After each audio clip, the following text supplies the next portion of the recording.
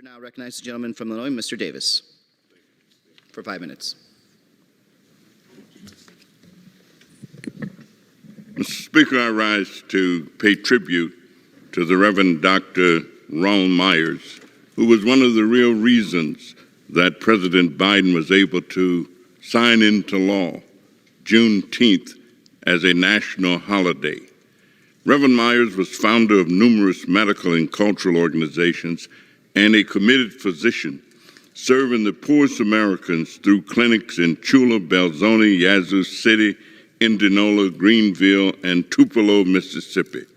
Doc was also a jazz musician, composer, and human rights activist. The New York Times stated, and I quote, "There aren't many doctors like Ronald Myers, a jazz-playing, Baptist-preaching family practitioner whose dream has always been to practice medicine in the kind of places that many other doctors wouldn't stop for a tank of gas," end of quote. In 1994, a group of community leaders from across the country gathered at Christian Unity Baptist Church in New Orleans, Louisiana, to work for greater national recognition of Juneteenth, a holiday celebrating the end of slavery. Dr. Myers was elected chairman of this advocacy effort, which led to the establishment of the National Juneteenth Observance Foundation and his recognition as the leader of the Modern Juneteenth Movement in America. Doc was instrumental in the passage of 45 of the 49 state and District of Columbia pieces of legislation naming Juneteenth as a day of observance in this country. Working with the Congressional Black Caucus, which included Illinois Senator Barack Obama and Representative Danny Davis, he sought legislation to recognize Juneteenth independence. Hosting the annual Juneteenth prayer breakfast, he established the Washington Juneteenth National Holiday Observance and the National Day of Reconciliation and Healing from the legacy of enslavement, which includes the National Black Holocaust Mafia Memorial Service.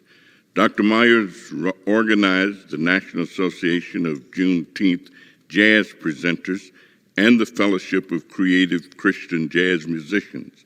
Under his leadership, the Washington Juneteenth Congressional event was held by the National Juneteenth Observance Foundation, Juneteenth America Incorporated, and the National Association of Juneteenth Jazz Presenters. An accomplished jazz pianist, trumpeter, and composer, Dr. Myers performed across the country promoting June is Black Music Month, celebrating Juneteenth jazz, preserving our African-American jazz legacy. For over 20 years, he met with state politicians, local Juneteenth organizations, and community leaders.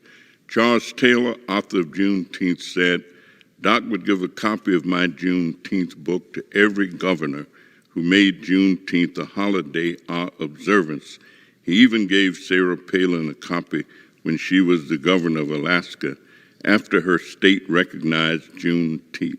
At an award ceremony at the Beverly Hills Temple of the Arts at the Saban Theater, founder Rabbi David Barron said, "Reverend Dr. Ronald Myers is an outstanding living model of all the values for which Martin Luther King stood." Thanks to Steve Williams, who has carried on Dr. Myers' work, and my staffer, Dr. Caleb Gilchrist, who has worked closely with him. Thank you, Dr. Myers, and may you rest in peace.